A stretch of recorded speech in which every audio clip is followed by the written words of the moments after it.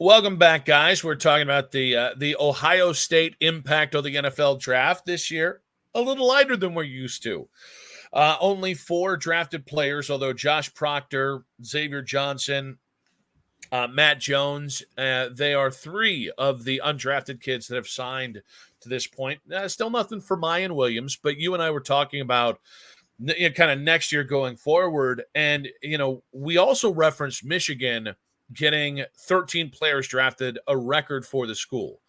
And I think next year has a chance to be Ohio State's big comeback because I think next year, I think this Ohio State team is similarly loaded to what Michigan was this last year. Remember, Michigan had guys with COVID years and 6-year seniors and all this stuff that happened because of all that roster building over 5 or 6 years. And I do think that aided to their depth and their dominance. Well, look at Ohio State. For as much as we want to talk about guys that go in the portal and have left, you've got a lot of super seniors. You've got a lot of guys who've been at Ohio State or been playing college football for several years, more than normal. I think that bodes very well for Ohio State doing well in the draft next year.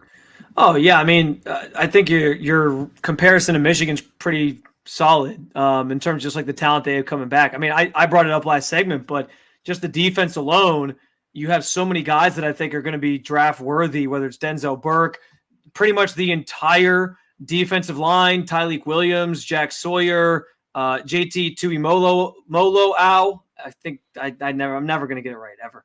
Hey, you got it right this one time, even though it took a minute, but you got there. I always have it right in my head, and then when I say it out loud, it never works.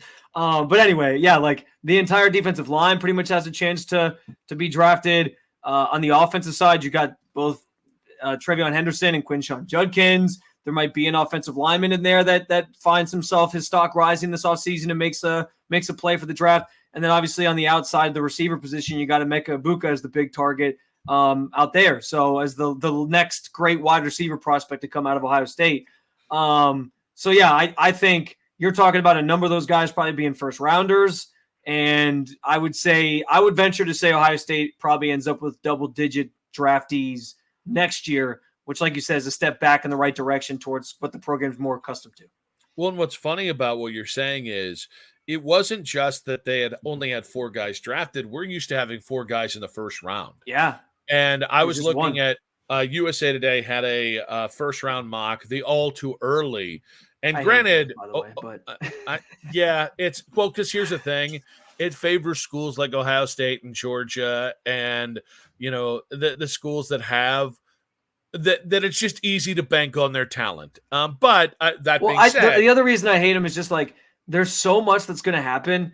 And so like they prognosticate like, well, here's where these teams are all going to finish. And it's like, guys, the Browns went from like a non-playoff team that would have been drafting 12th had they had a first pick 2 years ago to them being in the 20s this past year because they made the playoffs. Like you just never know where these teams are going to draft, like what their needs are. Though, like it's basically like overlooking the entire draft class that just got drafted and being like, well, we just assume that this thing is still going to be a need for this team, even if they drafted one of these guys already. Like I don't know, I just hate it. But that's beside the point. Here's the funny thing that you say that is that the Cleveland Browns, who were a playoff team, are not treated like a playoff team.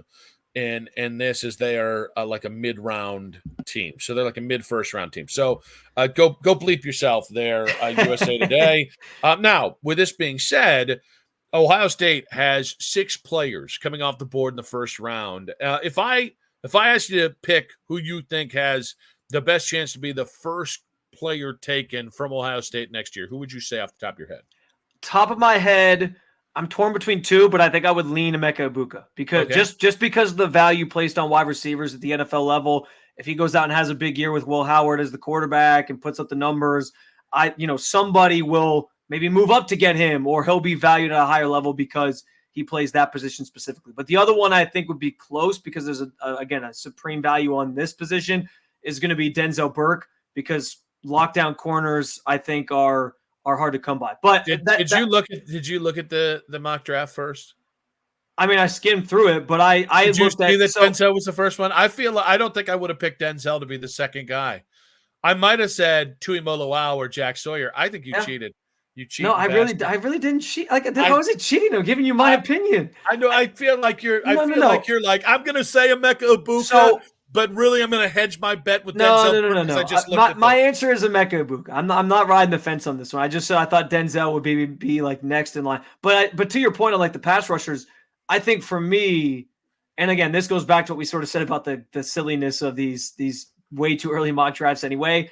I think a lot of that is contingent on like how those guys look. Like if Jack Sawyer was touted as the next like Joey and Nick Bosa when he came to Ohio State. I don't think he's gotten there yet, but we saw him in the game, the bowl game against Missouri.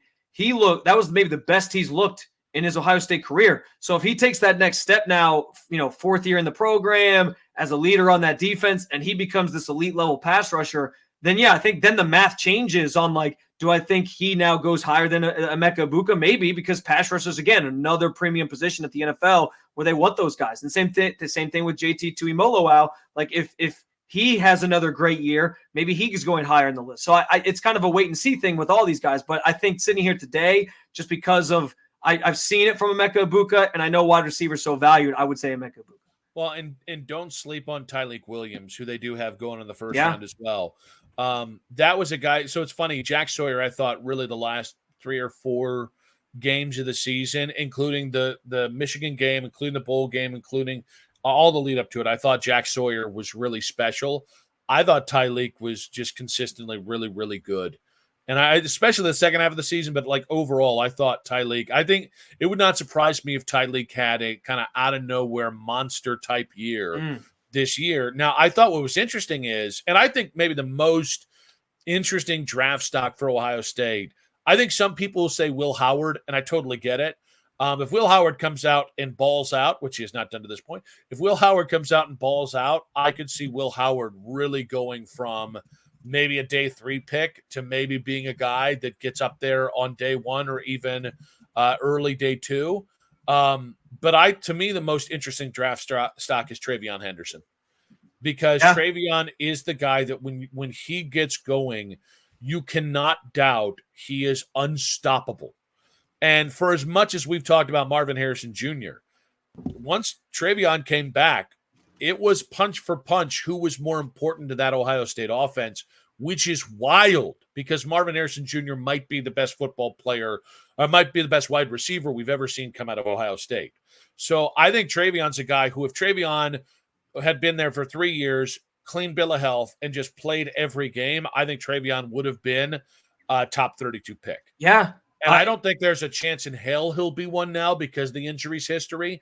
And somebody in the second or third round is going to get an incredible value because that kid can ball on Sundays. I kind of feel bad for TreVeyon, and it's an unavoidable thing, just the injuries he's had.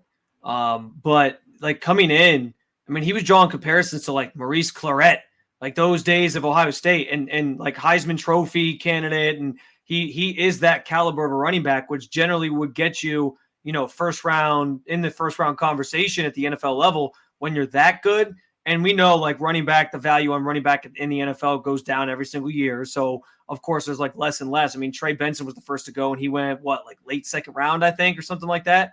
So it's a missed opportunity for him. If he goes out and has a big year though, he can maybe gain his stock a little bit. I do think the injury history will scare some teams away from him being a first rounder, but he's maybe the one, to your point, that has the best chance to increase his stock next year of all the players that we've kind of rattled off here as potential first round picks or just in general draft picks for the Buckeyes. I think it's definitely him if he has a big season.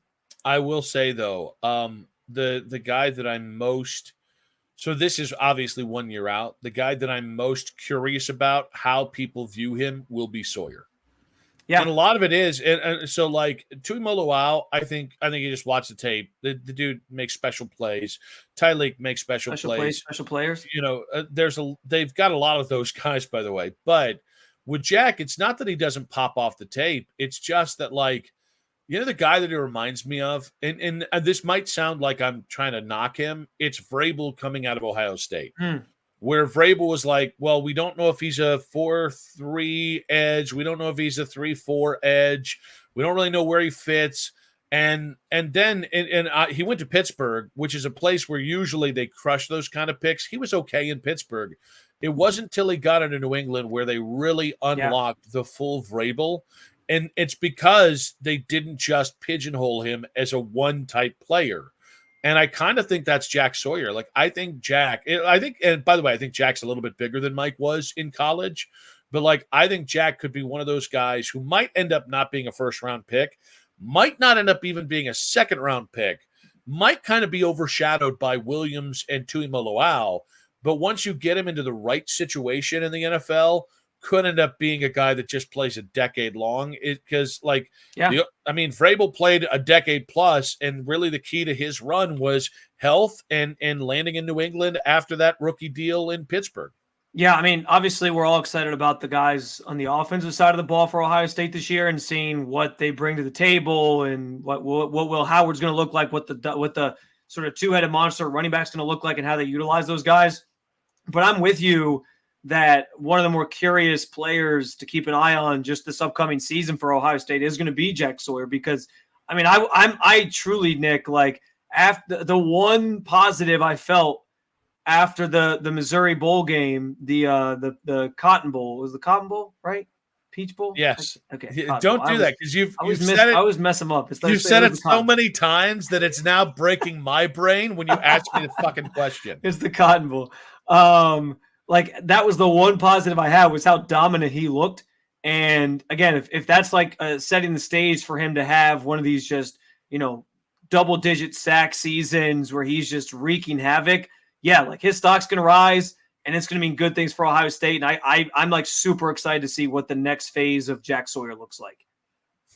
All right, guys, we want to know what was your favorite draft pick where an Ohio State Buckeye landed this year. I think 3 of the 4 guys landed in spots. I'm very convinced that they're going to be nice NFL players. We also want to know, I was going to say, who do you think is going to be first off the board for the Buckeyes next year? Yeah, and don't hedge your bets and look at a mock draft like Spencer did. I'm not accusing. I'm just saying. Please make sure to follow the show wherever you get your podcasts: Apple, Spotify, 92.3 The Fan, the free Odyssey app. Have I mentioned Apple? We like when you're appling with us. Also, please hit the subscribe button on 92.3 The Fan's YouTube channel.